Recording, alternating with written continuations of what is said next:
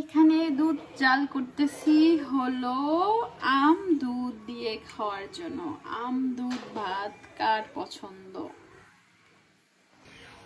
এখানে আমি গুঁড়া দুধ নিয়ে নিলাম, ভাত আর একটা আম, আর সাথে আছে গরম গরম 1/2 লিটার দুধ ভালো করে জাল দিয়ে ঘন করে নিয়েছি, এরকম সর বসানো।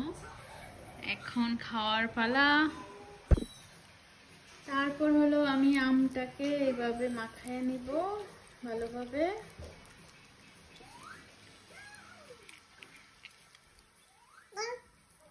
আমার মেয়ে আম খাবে বাবা, তুমি আসো।